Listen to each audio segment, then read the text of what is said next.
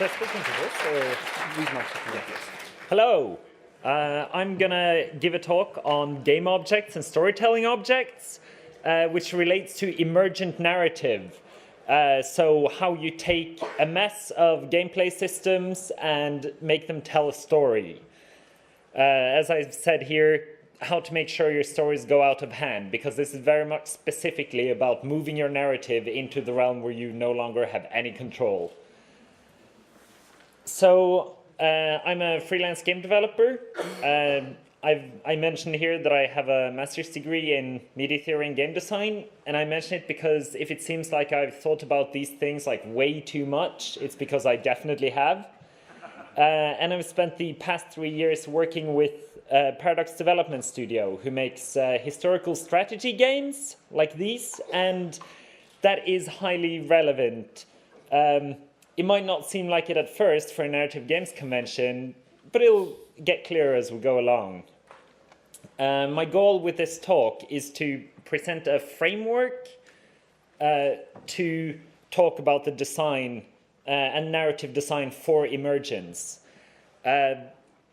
This is not a guide or a how-to, it is a framework. So I'm not giving like any correct answers here. I am giving one way of thinking about this that makes sense in a lot of situations. If you disagree with stuff in my talk, that probably means you have a good grasp of these things. Otherwise, hopefully they can help you think about them more actively as you design stuff or as you analyze other games. And I want to touch on the point of emergent narrative, where the boundary between what is emergent gameplay and emergent narrative there isn't a very clear boundary there. It kind of straddles the same point as what is gameplay and what is story, and where does the player's story and the game story intersect, all those things. That's an entirely different talk that probably takes way more than half an hour, but I can at least start by saying that we are gonna like cross back and forth between emergent gameplay and emergent narrative quite a lot. So just bear with me for that. Emergence itself is the idea that simple things can crash together and create more complexity. In terms of games, that means relatively simple systems can work together, influence each other, and create way more advanced outcomes than, anyone could really have predicted. Again, in general, go from simplicity towards complexity. You have a simple health system and a mana system, and those are very basic values going up and down. But through game design, you use one to affect the other. It can go back and forth. That's like the very basic level to incredibly simple systems. You can also have more advanced systems, like whole world simulations that end up crashing into each other and creating this massive web. And I'll get to how this idea of emergence and game systems interacting can be thought about in a narrative context.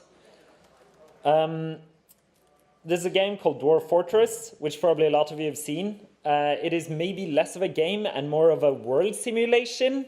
It simulates everything in its ambition is to simulate things in great detail. You have a bunch of characters moving around an overworld, you have an environment doing things, you have creatures showing up, and occasionally, individual limbs are simulated for these very simple characters. There's a lot going on under the hood.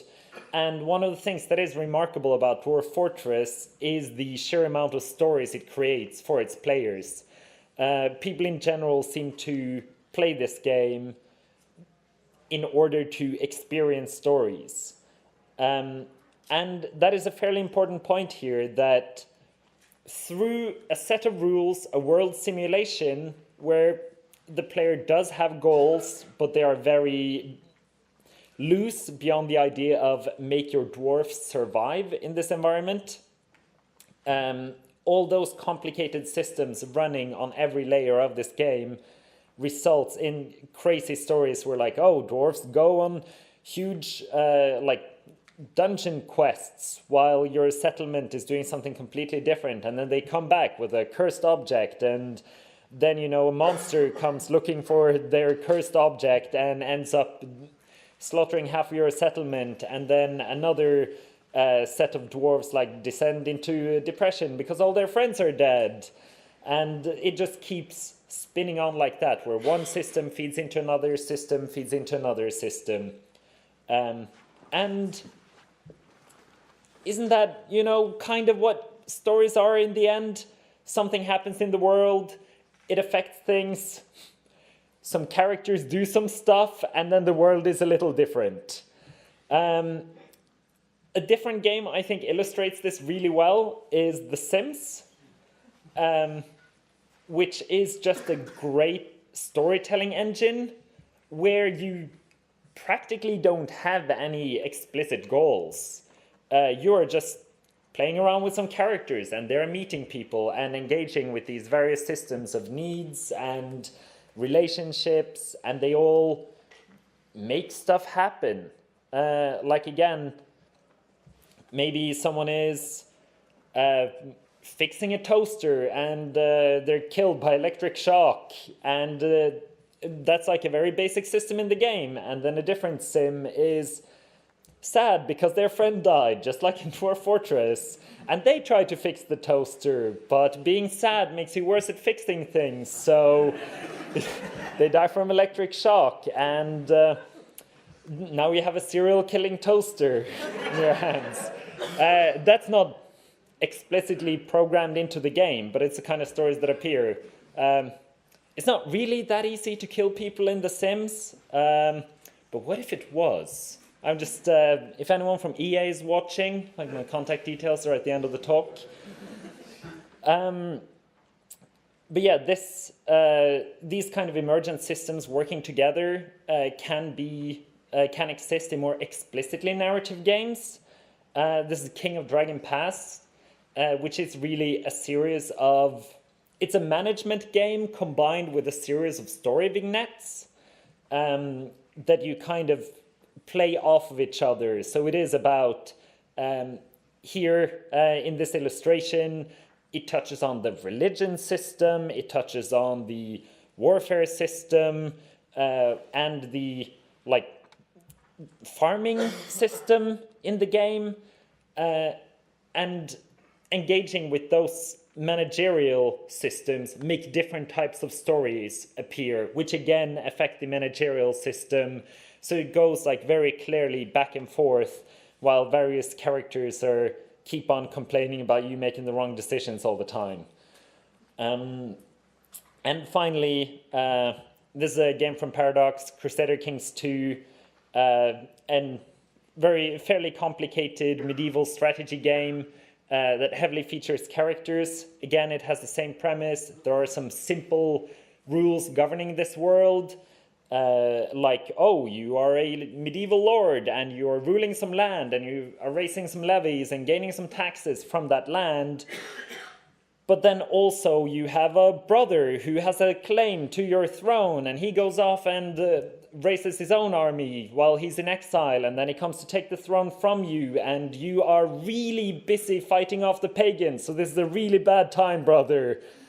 But these are all games that have a lot of distinct rules smashing together and creating like a really living world.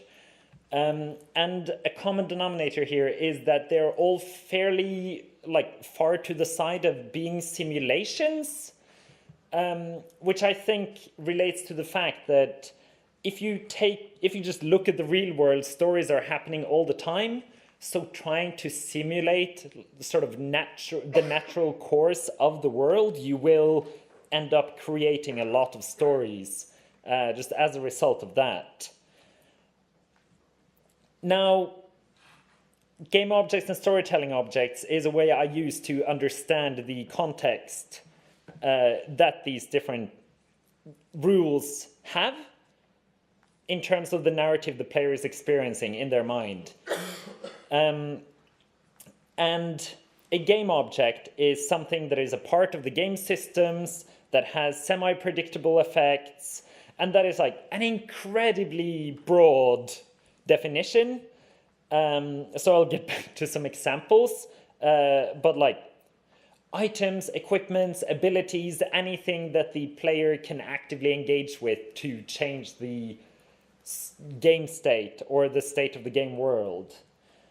So a storytelling object, on the other hand, is a game object that has a narrative context and that the player can parse meaning from. For example, Crusader Kings II has a system of favors, which is something you can use to force another character in the game to do something. You can say, for example, oh no, vote for the law I am presenting for the council. You have to do that now. And that could just be, have been described as like, here is a power your character has, but instead it comes from the narrative context of the game. You have done something for this character or helped them out in some way that means that now they owe you a favor, so when you come back and ask for something, they're obliged to repay you. And again, it is something that does something in the game world. It causes some kind of effect or a significant state change or triggers specific interactions. And again, it ties back into fairly basic narrative theory of the idea that actions should have consequences. The world changes as the story goes on. Someone does something and it changes the subsequent events. If you just have a story where everything is predetermined and nothing any character does changes anything, that is probably a pretty boring story. So again, just some examples of storytelling objects. From Crusader Kings II, I already mentioned the favors. Characters also have personality traits that are like very visibly presented in the game. So when that trait triggers something, like we have these events that pop up with like pieces of text and narrative with several choices the character can make in the moment.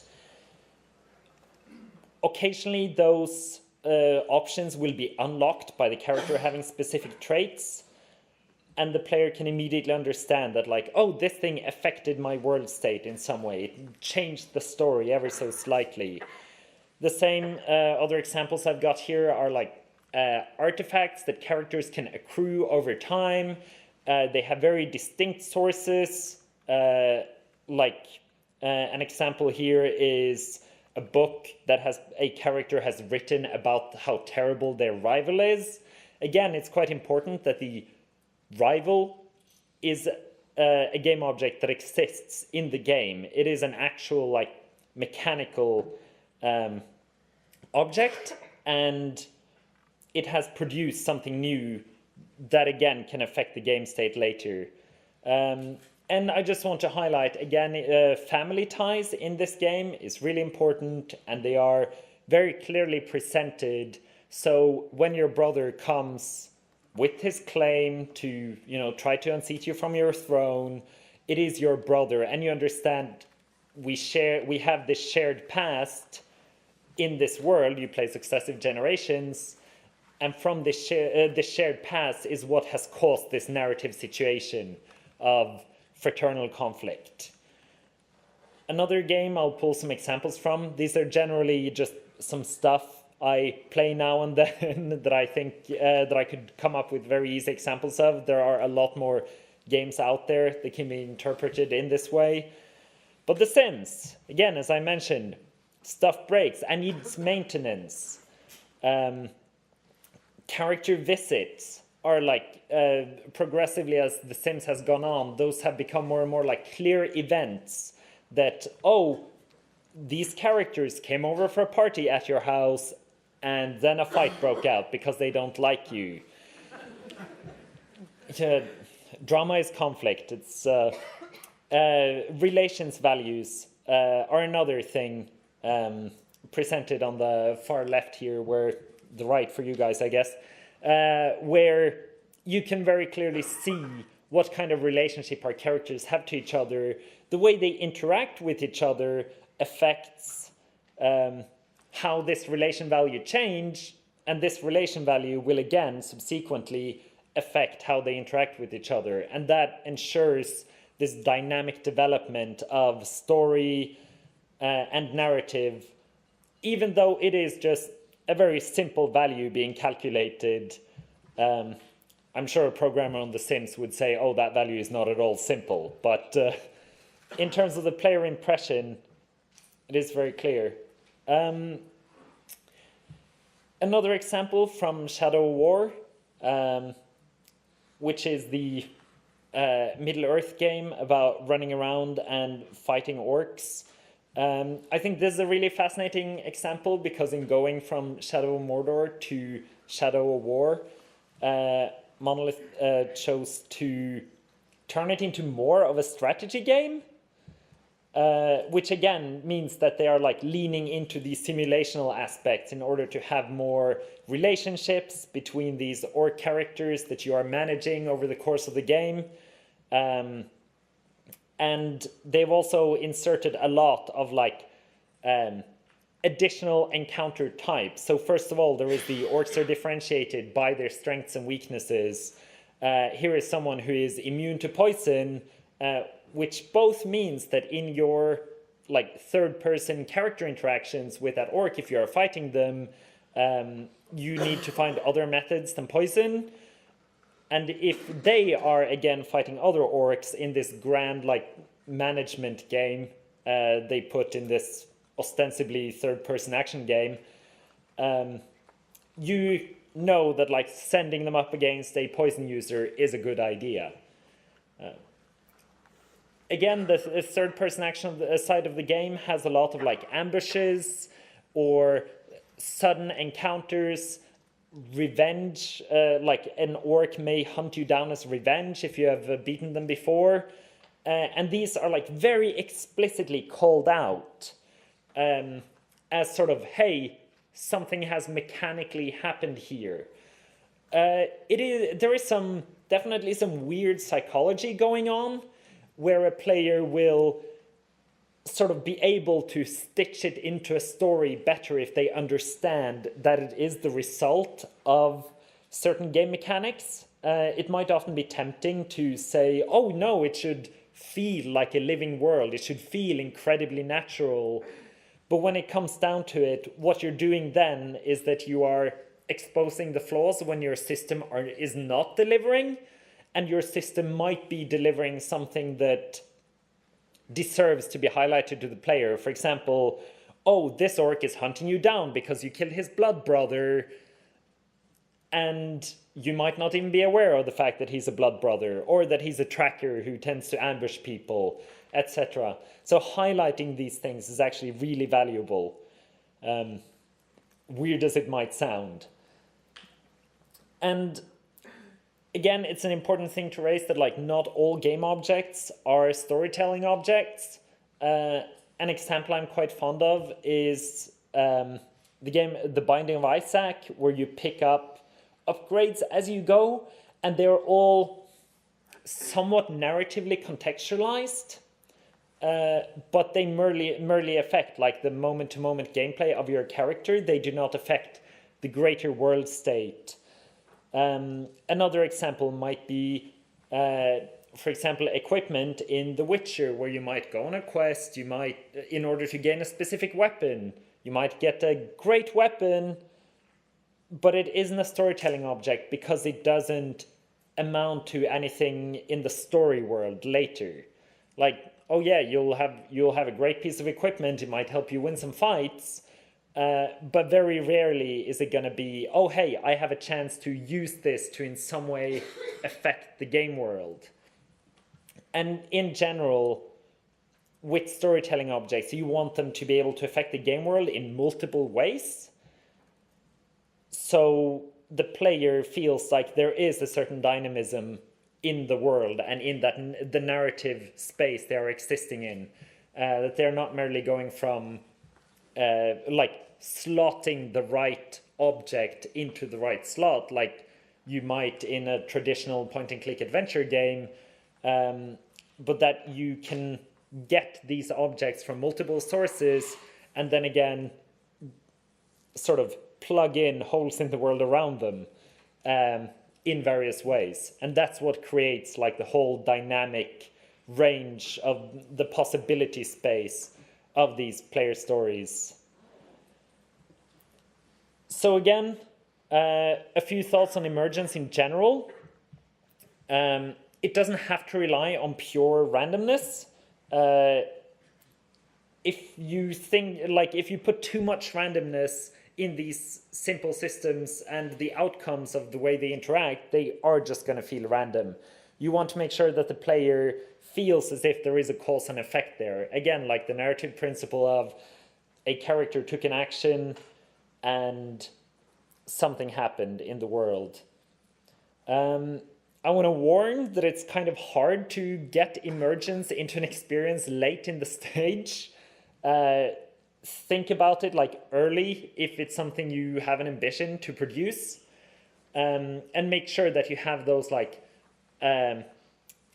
bottom line systems interacting to create the emergence experience.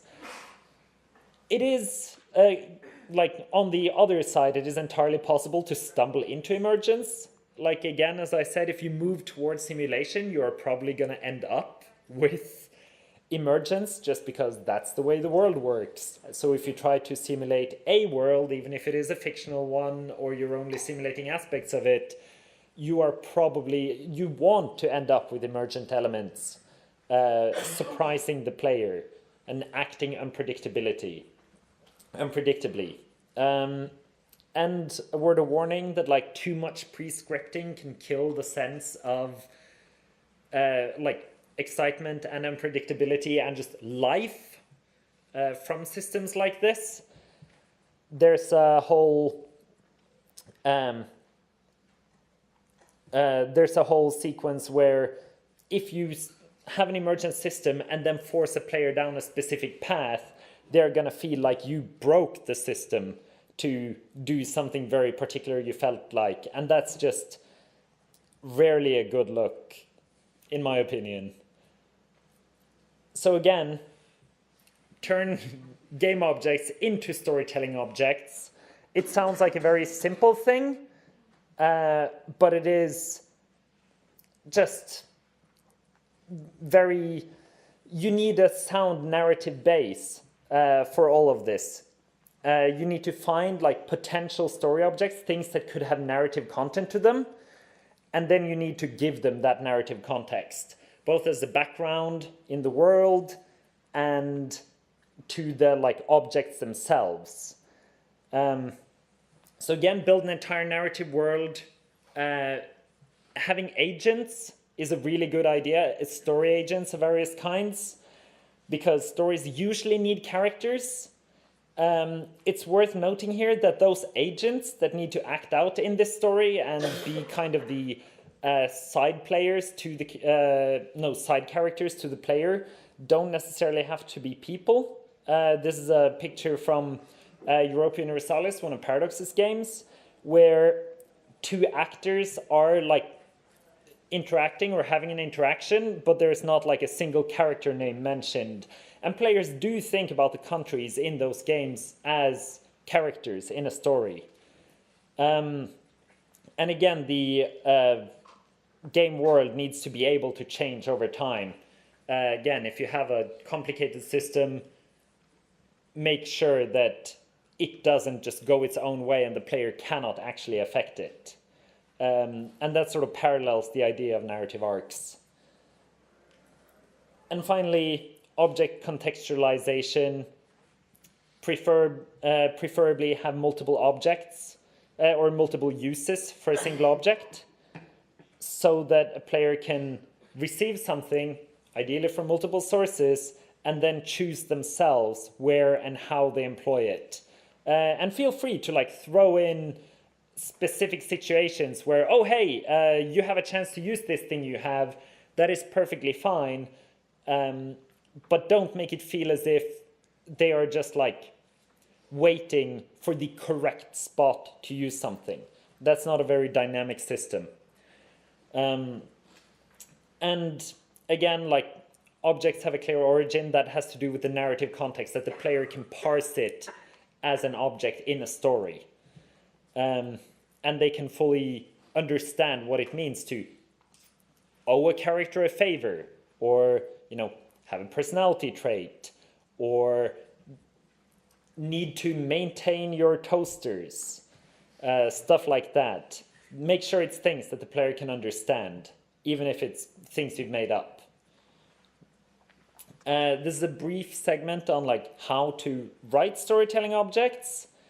As specific as possible is good, because then the player gets like a closer sense that that is a real thing.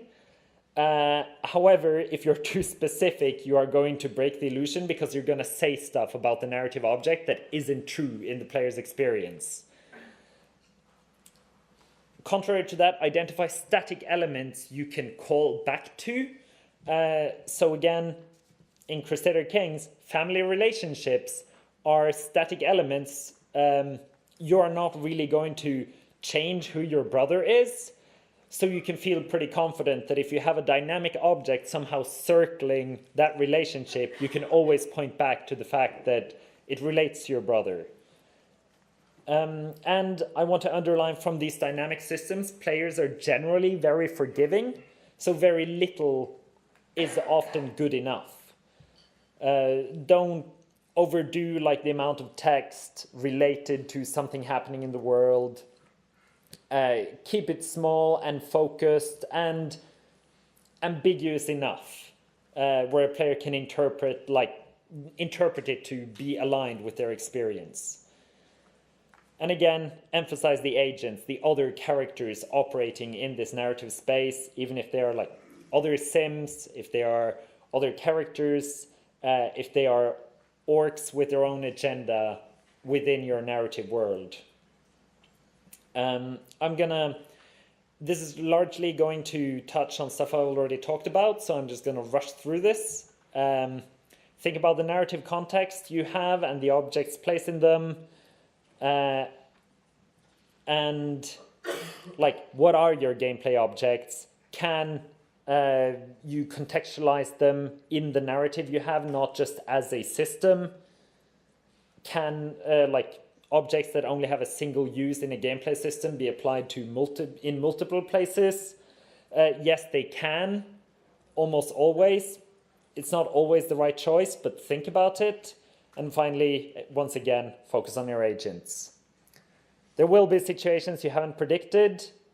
I have an example here, but generally use explicit narrative to paste over things you can't really cover with your systems. That can go out of hand quickly and play once again, like you'll end up conflicting with the player's experience. This is just a brief story someone on the Crusader Kings team apparently had, where their mother invaded them 3 times despite being their regent. This is the kind of things that are like, they're going to happen from systems interacting. This was not scripted or explicit. Someone clearly still had a very strong experience about what it meant. So yeah, I'm going to say this is like your summation slide. What we've been talking about: contextualizing the game world, identify gameplay objects within that world and contextualize them as part of the larger narrative taking place. Make sure that storytelling objects interact with each other, and make sure that however they are written or presented is done in a way that is evocative but doesn't break the player's experience of the game, doesn't actively contradict that. And again, explicit narrative, written narrative can still be used to cover gaps that you might feel that you have in your experience and create that narrative framework I've been going on about. So thank you very much.